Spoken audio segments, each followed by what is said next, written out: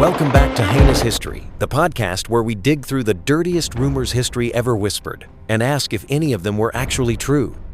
Spoiler alert. Sometimes history was just mean, real mean. Today's episode? Exhibit A, Lucrezia Borgia.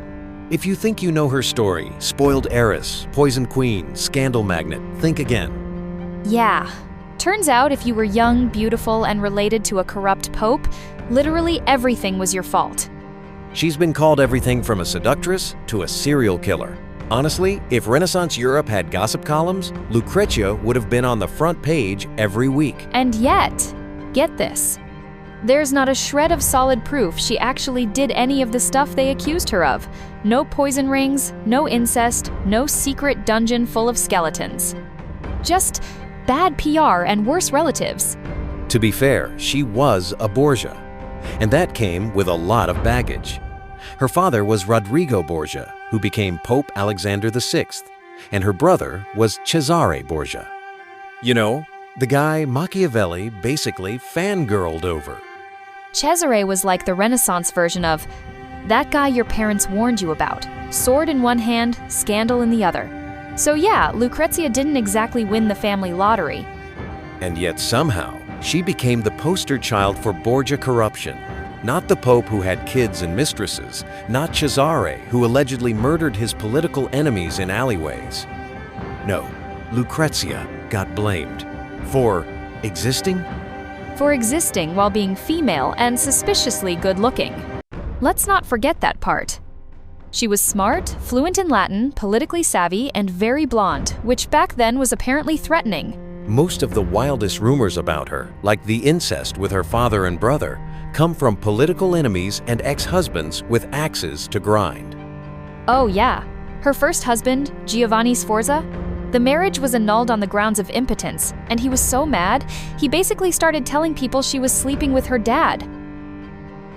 Classy. Right? Like, sorry you couldn't perform, Giovanni. Maybe don't invent a family crime ring to cope. And then there's the whole poison ring thing, honestly. It sounds cool, but there's no evidence she ever poisoned anyone. It was just a Renaissance version of saying, she looks like she'd murder someone. Probably. Meanwhile, she's out here arranging peace treaties, founding convents, managing the court in Ferrara like a boss. But no one talks about that.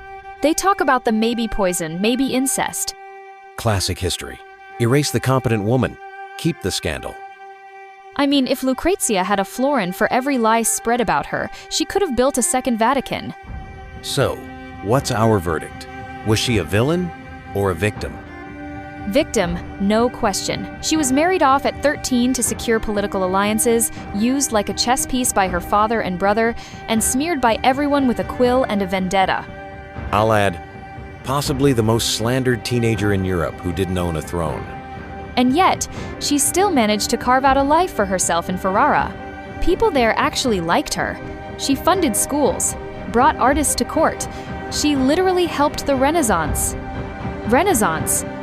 Not bad for someone who's still remembered for a ring she probably didn't even own. Honestly, if we're canceling anyone from the Borgia clan, it's not Lucrezia, it's the men around her. As usual. So let's raise a metaphorical poisoned goblet to Lucrezia Borgia, a woman who didn't kill people, but did survive a brutal system designed to destroy her. And that, in the Renaissance, was practically witchcraft. That's our show. I'm Matrix. And I'm Algorithm. Reminding you, just because someone's infamous doesn't mean they were guilty. Especially when all the men around them were definitely worse. If you enjoyed this delightful look into historical madness, go ahead and like the video. Subscribe for more scandals they definitely didn't teach in school, and ring that bell like it's summoning spirits at a Victorian seance. You know you want to.